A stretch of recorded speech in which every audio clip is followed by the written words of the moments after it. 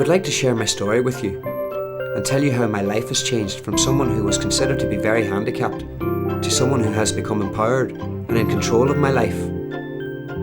It hasn't been easy to overcome the discrimination I have faced, but I want to tell you that with friends, determination, proper support and willpower, almost anything is possible.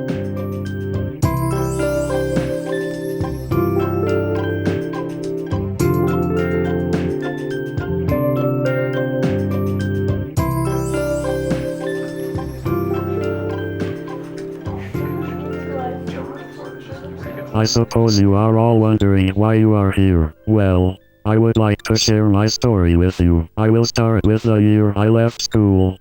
And of course, Mum was my carer. I was told that I could attend the local day centre 3 days a week and spend the rest of the week at home. I really hated the day centre.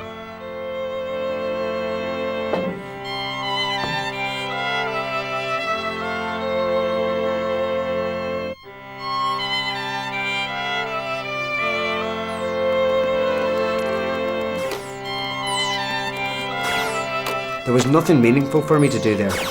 I got depressed, and I know I was difficult to be around, but I just couldn't help it.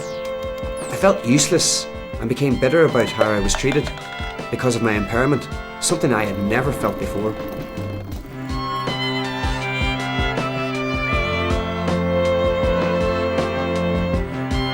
We were both worn out by the situation, and something needed to be done. Mum contacted my social worker to see about getting respite.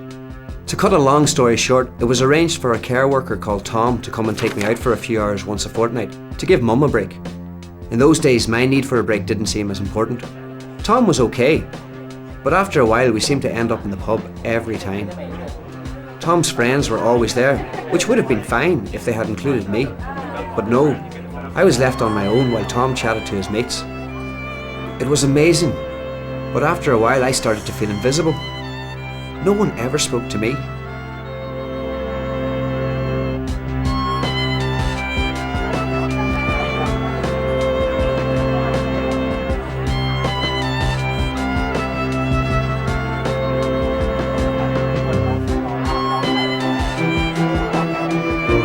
This went on for months. I used to amuse myself by watching and listening to the regulars in the pub.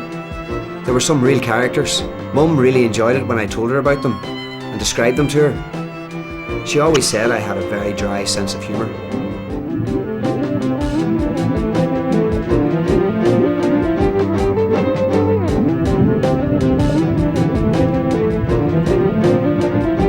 We used to joke about my dream to write a book about it all.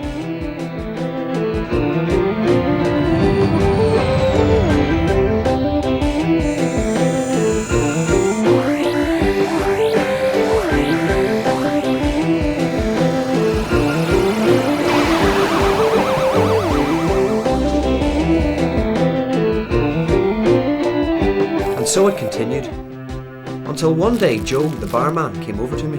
I've been watching you sitting alone. I hope you don't mind, but I brought you another pint. Wow, someone spoke to me.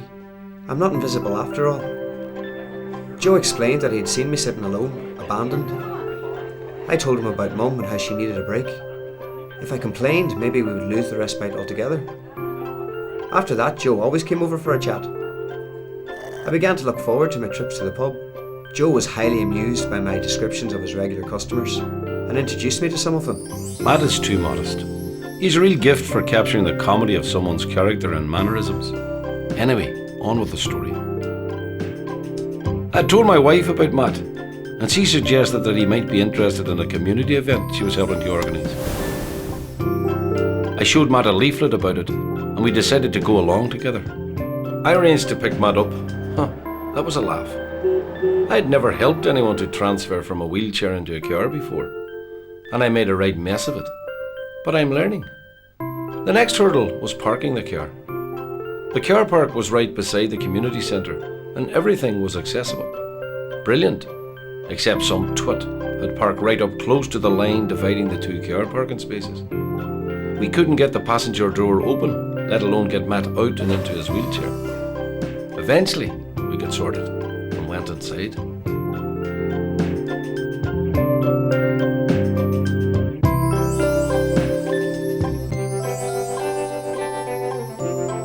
My wife Jane was there, meeting and greeting people, and I introduced Matt to her.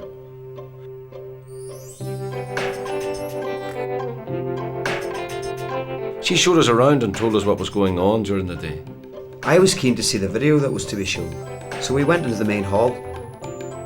There were lots of workshops and activities going on as well.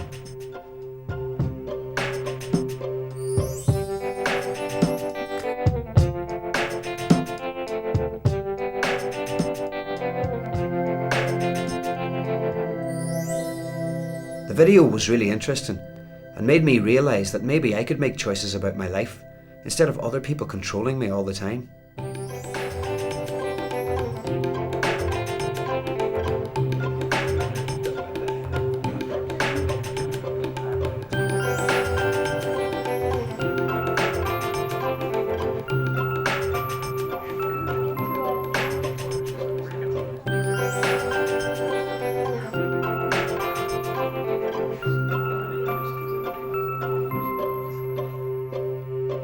Later, we went along and had tea and coffee. The atmosphere was really good, and everyone was very friendly.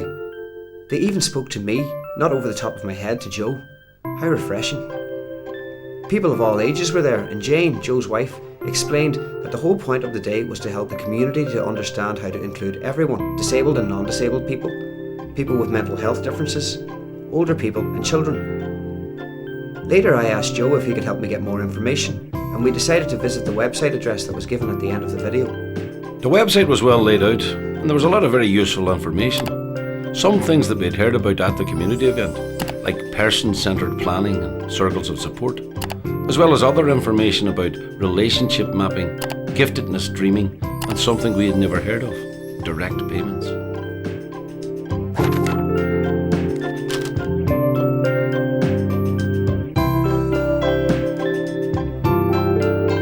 Matt decided he would like to speak to someone about developing a circle of support.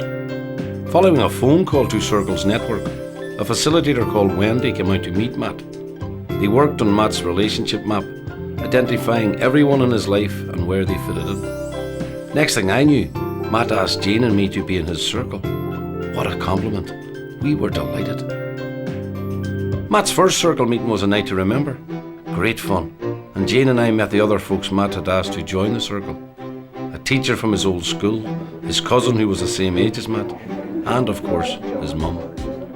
All that was 18 months ago, and my circle are all here today at my housewarming. We have worked hard since the circle was developed, first on my person-centered plan, and then working towards my dreams, and this house was one of them.